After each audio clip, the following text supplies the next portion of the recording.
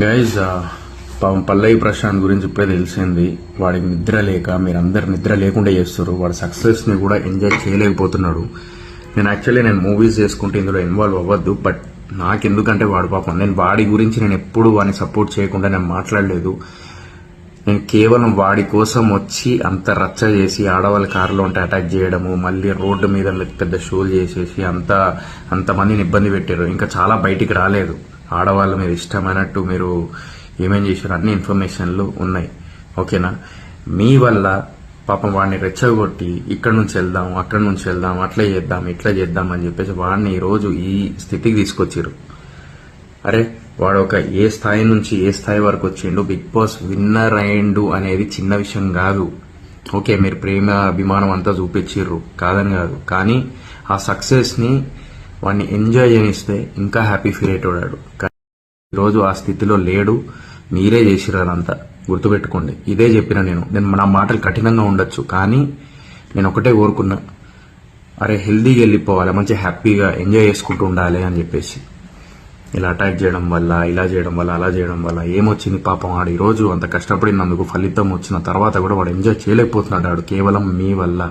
ఎవరైతే ఆ రోజు అన్నపూర్ణ స్టూడియో దగ్గరకు వచ్చి మళ్ళీ తర్వాత అక్కడ నుంచి ఊర్లో పంచాయతీలు, ఈడ పంచాయతీలు అంతా రచ్చరచ్చ చేసి, తాగి గొడవలు చేసి అదంతా చేయడం వల్ల, ఆడవాళ్ళ మీద అటాక్ చేయడం వల్ల కారులో ఉన్నప్పుడు ఇష్టమైనట్టు దానికి మళ్ళీ నెగిటివ్ కామెంట్లు అందరు వాళ్ళ సపోర్ట్ వాళ్ళందరికీ.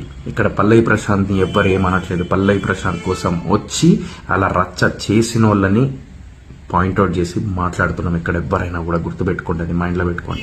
పల్లవి ప్రశాంత్ కష్టాన్ని అనలేదు, పల్లవి ప్రశాంత్ గేమ్ అనలేదు, పల్లవి ప్రశాంత్ అనే వ్యక్తిని అనలేదు. పల్లవి ప్రశాంత్ కోసం వచ్చిన వాళ్ళని మాత్రమే నేనన్నాను అంటున్నారు.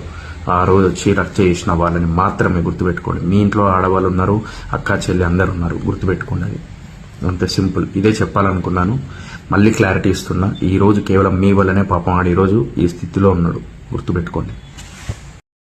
నాకు ఇంకోటి అర్థం కాదు ఏంటంటే, నేను ఏదైతే స్టేట్మెంట్ పాస్ చేసినో వైలెన్స్ అది ఇది అని అంటున్నారు. ఆత్మరక్షణ పోయి, అరే నీ ఫ్యామిలీ ఉన్నారు లోపల, ఒకసారి వీడియో చూడుర్రి. అందులో బూతులు, ఒక కొడుకు ముందు అమ్మ, అక్క, చెల్లె అది ఇది అని చెప్పి బూతులు గలీజ్ బూతులు తిట్టుకుంటూ అద్దాలు బలగొడుతుర్రు. It's like attack. అది ఏదన్నా బండ తగిలో లేకపోతే అదేంది ఆ అద్దాలు బలిగో లేకపోతే ఏమన్నా అయితే ఎవడు బాధ్యత? అందుకే ఆ టైంలో ఏమనిపించదు. అంతమందిలో ఏం చేస్తాం? దిగేమన్నా లొల్లి పంచాయతీ పెడతామా?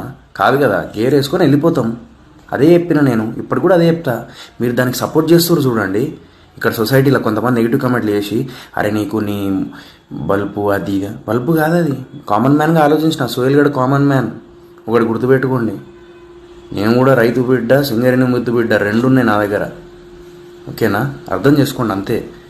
జస్ట్ మన ఇంట్లో వాళ్ళకైతే ఎట్లుంటుంది అది ఆలోచించండి.